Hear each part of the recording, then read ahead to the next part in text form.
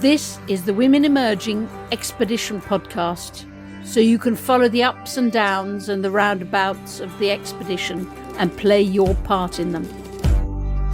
24 women started on the 28th of May 2022 on this virtual expedition that will take 9 months. We are women from across the world determined to find an approach to leadership that resonates with women. We'll be successful so that women the world over will be able to say, if that's leadership, I'm in. Welcome, welcome, and welcome. This is Julie Middleton speaking, expedition leader, and this is our 28th expedition podcast. Over the last few weeks, I have been talking to midwives all over the world. And I've been talking to them about leadership, and I have learnt so much and grown so much in the process, and am enchanted, overwhelmed by midwives. And of all the midwives I've spoken to, I've chosen 5 to interview for this podcast.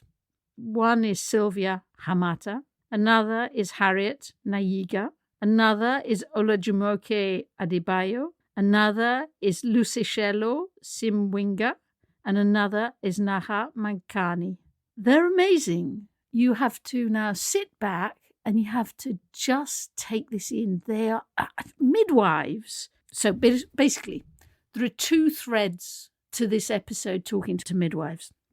The first is to talk to them about how much leadership learning we can all glean from their leadership experience of being in the room, being a midwife. And there's so much to learn, but particularly on the issue of listening, which is sort of right at the top of their list as a leader who's in the labour room. And then the other half of this episode is really talking to them about how do you cope with the fact that when you're in the labour room, you are so much the leader, listening hard, but when you move outside the labour room into the wider world of health, the wider world generally, you step into a world that doesn't listen to you and where your voice is almost unheard. I hope you love this because I love this episode. So the first person to speak to is Sylvia, and she just jumped straight in to the first question. One of the things we talked about when we first met was what you had learnt about leadership from literally the maternity room, the delivery room. Yeah. What you learnt about, I would say, trust. Talk to me.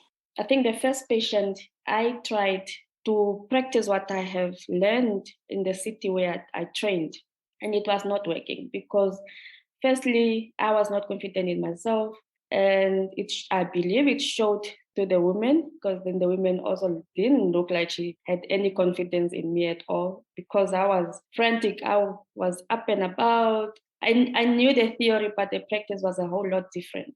So I think I would carry my textbooks with to the world, and that's when I really prayed a lot. At that time, I asked the Lord to come and guide me as I help these women, because I didn't really trust in my skills. So I think I just thought myself, you know what, I'm going to have to trust these women so that they inform me what it is that they are going through, what it is that their body is telling them, and then I will use my knowledge to meet with their information halfway. So I would tell the women, let me know what you are going through, what your body is telling you now. And from what I've learned, like when there's a contraction, when there's whatever, I know what to check for. But at least I trusted her to let me know what was happening within her. And it really worked because the women felt in charge of this process. And I also felt good because then now I was able to really tell when something is going wrong, but most instances, nothing is going wrong, and then you just deliver a very healthy baby. And I really learned that when I didn't so much trust the women when I was following what I had learned in practice, the way you are in charge of this delivery. Women were not being really cooperative because they didn't understand what you're trying to do. And I think being in an unfamiliar environment, it made them even more anxious. But when I told them, you know what, we are going to deliver this baby, do let me know what's happening to you now. Do let me know how I can help you. They were really, really cooperative. And they believed I was the best midwife ever, but they didn't know that it's because I was really not confident in my own skills at the time.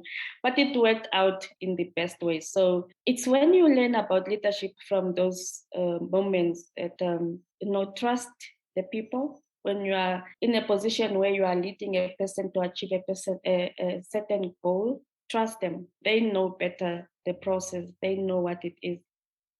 And I think just be in the position where you use your knowledge and your skills to guide them, and which requires you as a person to be knowledgeable at least. And that's why I carried my textbooks all the time. If there's something that I think I didn't know, then I would run to my textbook at that moment. It was really quite an eye opener as well, how women felt that they mattered during this process. What I learned from leadership Mm-hmm. that I find so powerful in that story is that if you trust the women, then the women start to trust you. So, in a way, your definition of leadership is sort of let people do it, let them get on with it. And your job is to provide guidance, but your job is also to accept guidance. Yeah, yes. Because you can't guide a person who you are not free or ready to accept guidance from as well. So much leadership. And yet, when you walk out of that room, your voice isn't heard. It sort of makes no sense. So we'll come back to what happens outside the room when you are, as Sylvia says, just a midwife.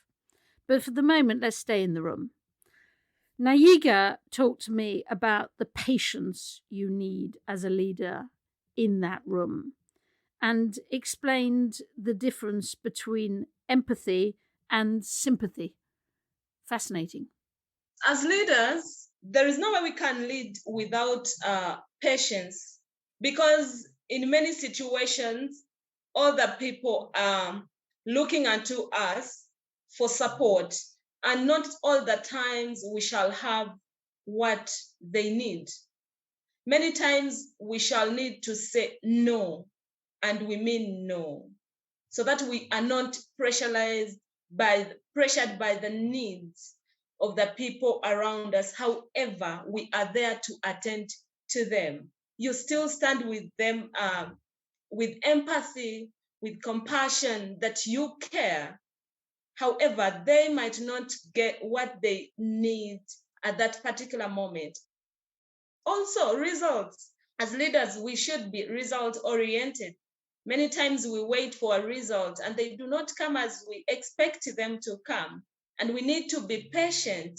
So as a leader, I need to be patient most of the time so that I am effective at my work, so that I allow the natural processes to take course. Crucial to this is the difference between empathy and sympathy. Is that right? Being empathetic, a patient is in need, sometimes urgent or emergent, and she thinks she needs something. But according to you, as a midwife or a healthcare provider, it is not what she needs at that moment. So I have to boldly tell the person that this is not right. And also, she may be going through a painful experience, and your heart or your mind may be taken up to go down and cry with her and fail to provide the necessary care. So during her painful experience, I stand with her to show her the love and care, but I remain strong and standing on the truth that is being empathetic. Because when you are sympathetic, you may become so weak to help this mother appropriately. The skill and the judgment and the sheer leadership skills are sort of overwhelming. And also, I suppose the burden and the risks seem to me to be completely terrifying. So I asked Ola what she does when she has a sense of panic occasionally, which surely even midwives must feel sometimes. Okay. I think first of all, you have to be aware that you panic about things. You need to know what triggers you to start panicking. Another thing is, once you know you're panicking about something, it means you can't make very good decisions at that time. You need to get another colleague to help you and accept that at this point you're quite useless to the woman. You're panicking and your mind is everywhere. So when I panic about things, I ask for help. I just always ask for help. And then I try to breathe and say, okay, and calm down. I excuse myself so that I don't make any mistakes, because any mistake you make at that point can really go a long way. So I breathe and excuse myself, ask for help, and when I feel better, I come back in. That's all. I don't have any magic trick to it. Just basically ask for help. Ask for help. You don't hide the fact that you're panicking to the woman. No, I mean, we're all human. I mean, it's when you're vulnerable that people are also vulnerable with you. You have to be able to open up to patients. I find that sometimes when I even have personal problems and I just bring it out a bit, they go, oh, you could try this that I'm not even aware of. And then I get home and I try it and I'm like, oh, wow, that worked. So you really don't have all the knowledge, even if you're a health professional. And I like to listen to women. A lot of times we don't listen. It's very tempting to be a health professional because you have all the knowledge and you assume things before they happen. You assume things for your patients, you assume things for women, and we forget that everybody is unique with their bodies, with their persons, how they react. Everybody has a unique personality. So I like to always listen. And I remember that there are times where listening to the pain points of my patient has actually helped to prevent something disastrous happening. They go, oh, because in Nigeria, they still use nurse for everybody. They use my surname. So Nurse Adebayo, I'm not comfortable. And I'm like, what do you mean you're not comfortable? And then she tells me, oh, this is this. And I'm like, okay. So like, check again. I'm like, are you sure? I've checked and I don't think anything. But since you say I should check it, I will check again. And then I go back to check and then I realize, oh my gosh, okay, we need to do something about it. So listening helps a whole lot. And in doing that, for you to be able to listen, you have to make sure that every assumption, every knowledge you think you have, you need to drop it. You need to remove yourself from that high horse of power that you think, oh, I have all the knowledge, I'm here to deliver this baby. You need to come down from that high horse and say, okay, I need to listen. So what's wrong with you? Do you feel comfortable this way? Do you feel like anything is wrong with you? Okay, if you feel this way, let me know. And because of the real meaning of midwife is to be with woman. And I think it's because it's called midwife, we always forget what we're supposed to do. We are there to birth the woman. If you are not there to birth with the woman, she will still birth anyways, because the body is designed to do that. You're just there to ensure that there are no complications. And if you spot any complications, because she's vulnerable and can't do things on her own, you are able to help her making good decisions and take her through and prevent anything. So I try to ensure that every form of power that I think I have, I strip myself of that and ensure that I'm working with the woman, I'm listening to her, I'm empathetic with her. And you find that women respond to things like this. Once they see that you're listening to them, they will tell you everything. They don't keep things from you. They tell you everything. They warm up to you. And then they know, okay, this person has my interest as that. And they begin to trust you that way. Especially when they say something, you listen to them and then you respond to it also. Even if you're not able to do something, but you still try to explain to them that, okay, I'm not able to do this, but this is what I can do. Is that fine with you? Or what do you think we should do? Women would always respond to you. I think that's the most beautiful answer. Thank you. Sometimes you don't even need to give a response. Sometimes you just say, I understand. I hear you. I'm very sorry about that. And like, you're fine. Sometimes we feel we have to always give our opinion about something. Sometimes people don't need your opinion. Just listen. You just needed to listen. And sometimes you find that someone says, "Thank you for listening. I just needed that." I've tested it several times, and people just say, but we think that, okay, as health professionals, as this woman is complaining to us, I just need to give her all the facts and details and everything. But it doesn't really work like that. Sometimes just listen and take in all the emotions that's happening at that time. If you've learnt the power of listening so strongly, how do you cope when you go outside the bubble of midwifery and nobody listens? Okay, so this is very frustrating too. I think I've also come to terms with the fact that I listen to people doesn't mean people will listen to me. That's the first thing I did to myself. I had to come to terms with that. Not everybody's listening to you. It's very frustrating for me, if I'm very honest with you.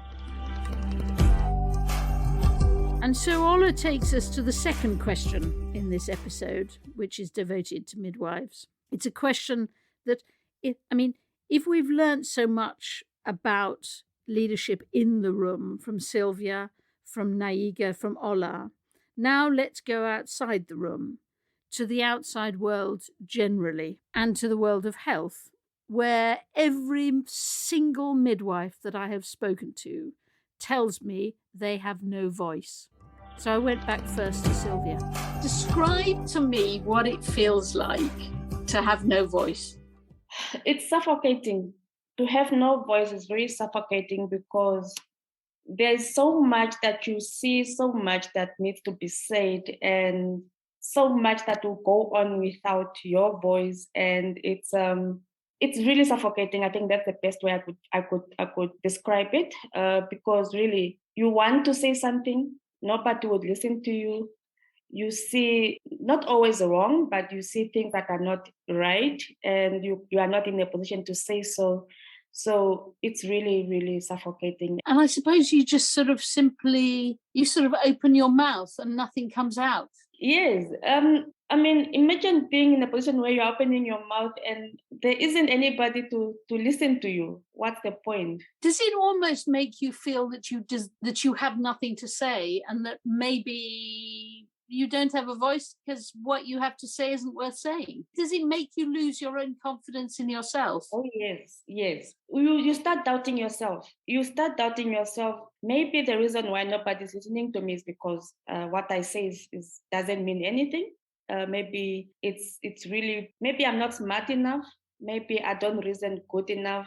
Maybe I'm just not good enough. Maybe I'm wrong. It brings out doubts. You start doubting yourself, and you stay away. You pull back, and you go back into that little corner where it's safer if you don't say anything, because you don't want to be criticized. You are scared of what people would say if you speak out, and then you remain this person who really doubts yourself and are not sure on what to do or what to say, and really wondering if you belong in any case. And that's the part where you just become this person. I think the message that you get is, I'm not good enough. I think that's and once you get into that moment, you are not good enough, you stay quiet.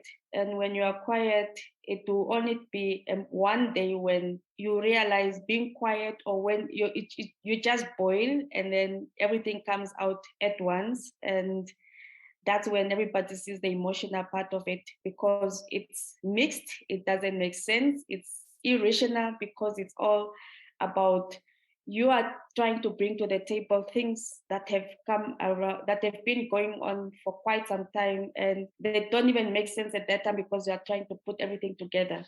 And I think that's where you are viewed as this person who is irrational, emotional, and being asked, are you sure you're okay? It was at that time of the month. And I think that's the most degrading statement ever, which is used to shut you up in a way, and to demean you.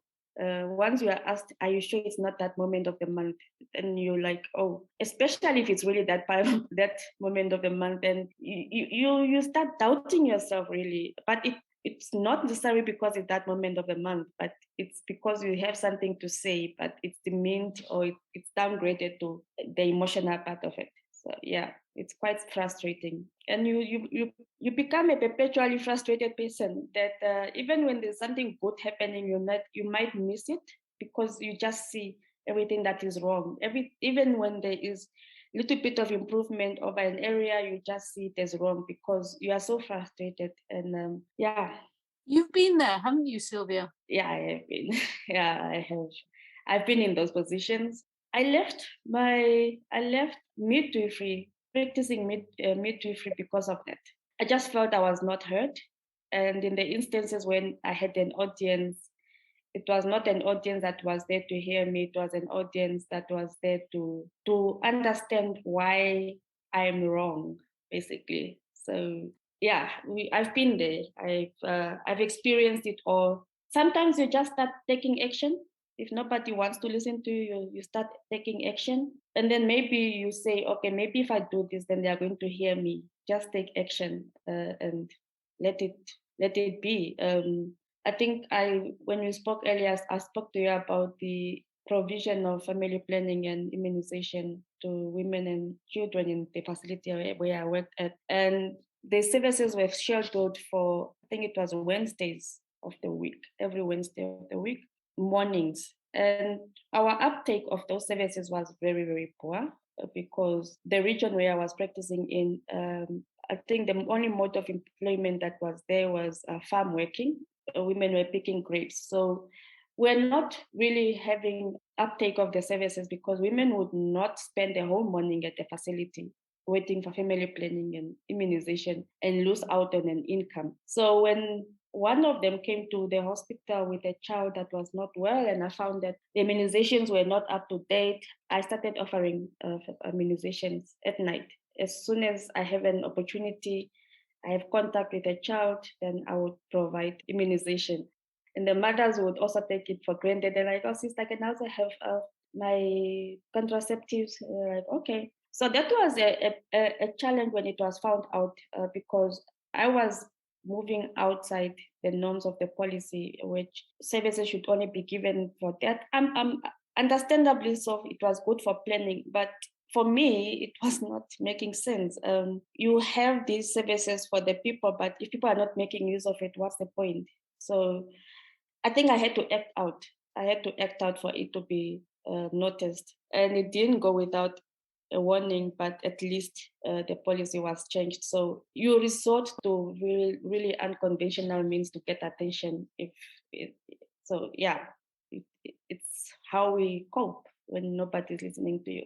What triggered you, or what flipped you? What inspired you to suddenly get a voice? Because listening to you now, there is no doubt you have a voice. I think it matters when you have somebody talking to you and telling you you matter. Your voice deserves to be heard. Your experiences deserve to be heard. And there's no right or wrong to anything in life. You just share. And yeah, all of a sudden you are hearing that you are not the only one who has self-doubt issues, that all the women that you see around you who are doing great things, they do so even when they are scared. They doubt themselves. They ask themselves whether they are good enough, but they still have gone on to do great things. So it was good for me to see that, you know what I think of myself is normal, I suppose.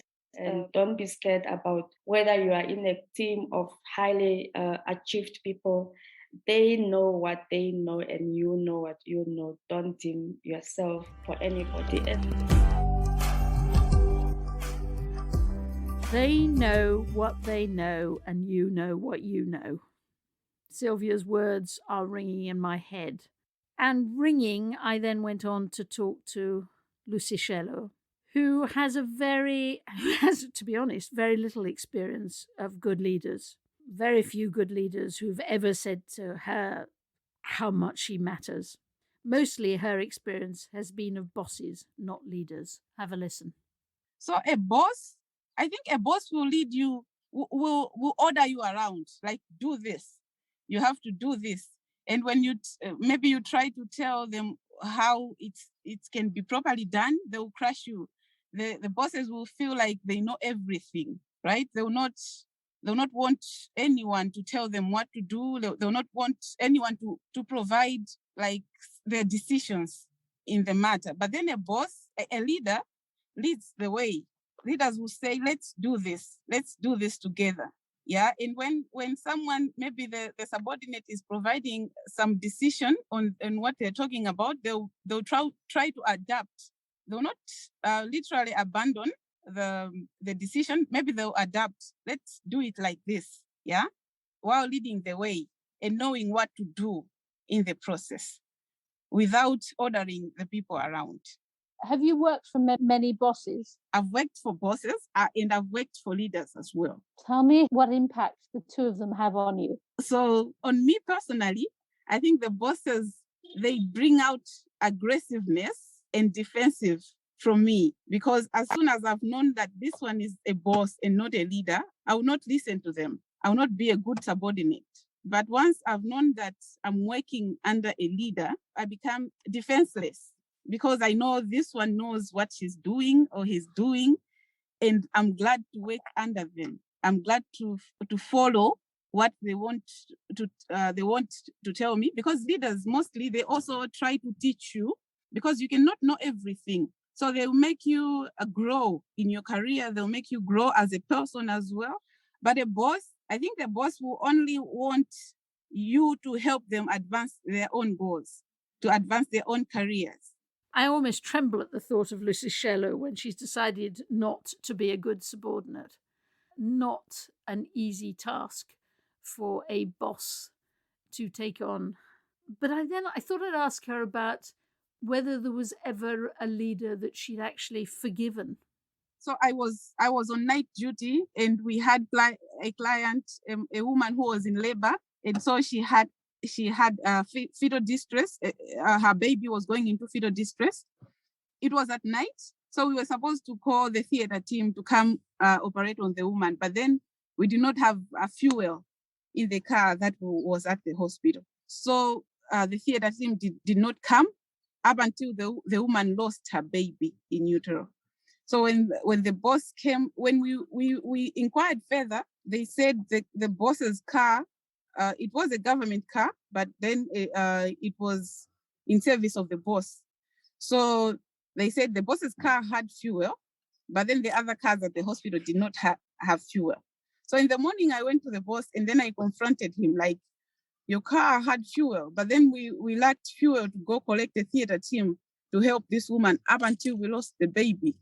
So the boss was quick to, or the leader, now I'll say the leader was quick to say, I'm very sorry that happened to you. And from now onwards, you can use my car for when you want to improve the client's health. So that earned him a lot of respect from me. I was like, a leader who can say sorry to a subordinate, I have so much respect for this leader. So let's move on to Neha. I asked her, just how bad does it get? Is it just that younger midwives suffer? Or does Neha suffer as well? I've been in labor rooms, I've been with obstetricians, I've been in big meetings, and I felt like someone's asked a question. I've known exactly what the answer is, but I couldn't vocalize my answer because I didn't have the confidence for it, because I had always felt like, oh, as a midwife, why would I know the answer to this question? Or why would what I have to say be important? And that is a very good example of not having a voice, because I literally didn't have one in that situation. Or if someone, if you're sitting with 10 people and you answer a question, but someone else talks over you, again, you feel like your voice doesn't matter, and that makes you voiceless, essentially. What's the emotion that sort of it stirs up inside you? I think what I would say is a lot of times it was frustration. And that frustration in a lot of times would kind of translate to anger, I would say, in a lot of places. And it does translate to, it's anger, it's frustration, it's disappointment. And when you do have a voice? So when you have a voice, when you feel like you believe in the work that you do, it also kind of starts reflecting in how you work. Like if I have the confidence, I know that what I'm thinking is right. I don't second guess my own work. I don't second guess my own beliefs. I don't second guess my own values. It starts reflecting in how I work as well. It changes the quality of my work. It changes the integrity of my work. So I think it's very interesting that way, like how it kind of changes the outputs and what you put into the universe and into the world. Absolutely. And it's interesting, you used the expression when we spoke, fake it till you make it, but then you changed it, act it till you make it. Tell me your logic. A lot of people, when they're put into new situations, and this is something that's happened to me, I think it's happened to a lot of people around us, where they're put in new situations where they don't actually know how they will navigate these situations, or whether they have in them what it takes. And, an example of this is just when the same kind of situation with midwives, where they're put in situations where they don't know if they are going to be able to deal with it. And the first few times you tell people, there are a lot of times, I've seen this happen so much, where midwives will say, yeah, I know how to deal with this case. I know how to deal with this situation. I can deal with this emergency. But they probably at that point are really, really scared. But like the first 10 times that you tell yourself that, yes, I can do it, the 11th time, you'll actually be able to do it.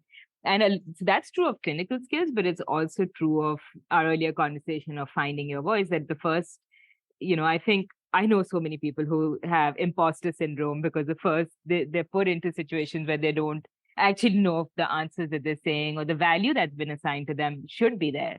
Where, why am I being treated with so much importance? Am I an important person? But then you'll hear yourself and you're in that situation and you'll hear what you're saying and you hear how people are responding to you and you say, okay, maybe I shouldn't have imposter syndrome. Maybe I really am who people think I am.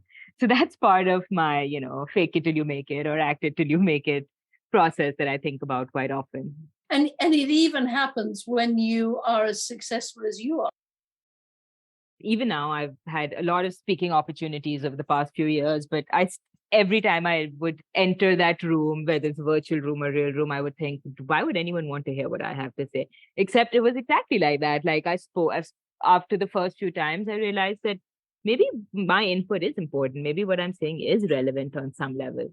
And it just kind of comes together in the exact same way that when you give people opportunities to kind of hear what their own thoughts are, it just changes how they start thinking about themselves. So to end these discussions with midwives, I went back to Ola, who talked about the need to strip yourself of power when you're in the room. But she then qualified that because, as she says, when you go out of the room, you can't afford to strip yourself of power. You might even have to do the opposite. One of the things you're saying is that a lot of leadership is about stripping yourself of your own power. Yes. You have to be very conscious of whatever power you have in whatever setting and know how best to use it. When it's a man's space or a masculine space, those type of things won't work because they don't function with that. You have to hold your power.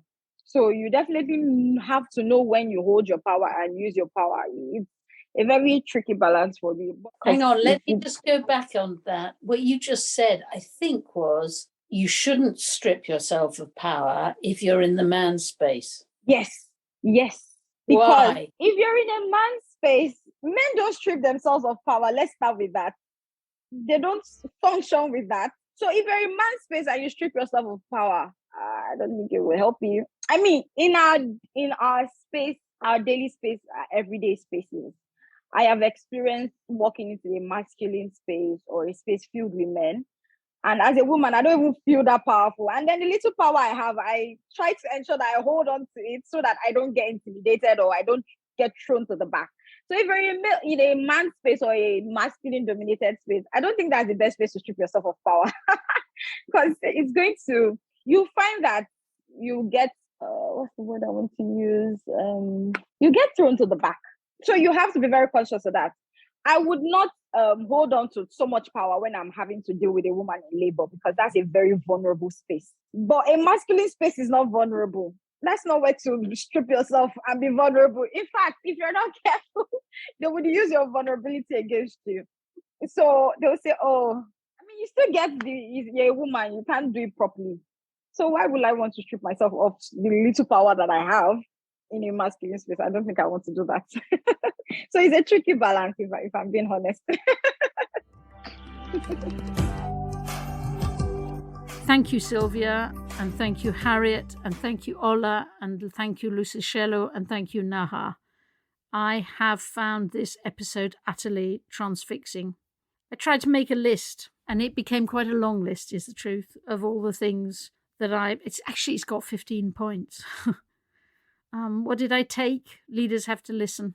Have to listen actively and ask questions and show people they're listening. Leaders have to get it really clearly across that we're doing this together. Third, leaders have to trust people, and then they begin to trust you. Fourth, you have to give and accept guidance. It's two-way. 5, patience is so crucial. Judging the timing of things is so crucial.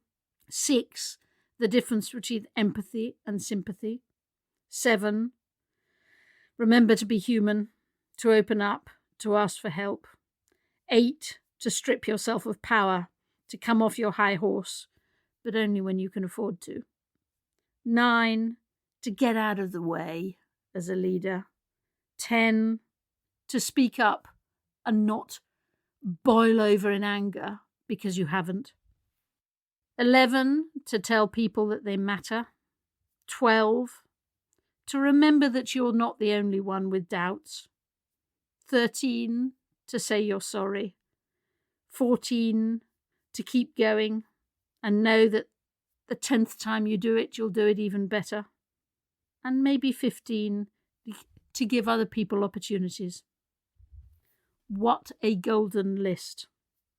I'm going to do more with midwives. I'm not walking away from this. I'm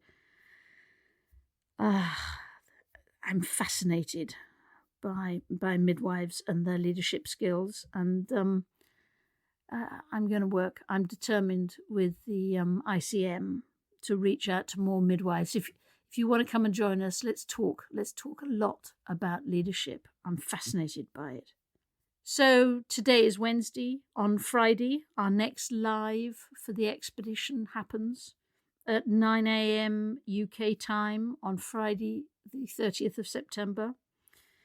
I'm afraid most of you in North America and South America will be fast asleep. I'm sorry. But lots of other people in the world will be awake. So we'll have some fun. We'll answer each other's questions. We'll talk about the expedition, and we'll talk about other things. And particularly, I'll be with, if you remember, All the Lives always has another member of the expedition part of it. And this time it's Fatima. So it'll be Fatima and I. Fatima is a member of the expedition, and I answering all your questions either about the expedition or perhaps about Fatima's passion, which is, because she's based in Brussels, how do cities where so many cultures meet together thrive because of them being the centre point of many cultures meeting together? So it'll be fun. Come and join us, 9 a.m. UK time on this Friday. So that's in 2 days' time. In the meantime, much love. Much love to everybody who is a midwife out there. Please, please, please tell me your stories. I have learnt so much from them. Lots of love. Thank you for listening to the podcast. We would love you to follow the expedition and provide your own stories and perspectives. You can do this by subscribing to this podcast and joining the Women Emerging group on LinkedIn, where you can have your say.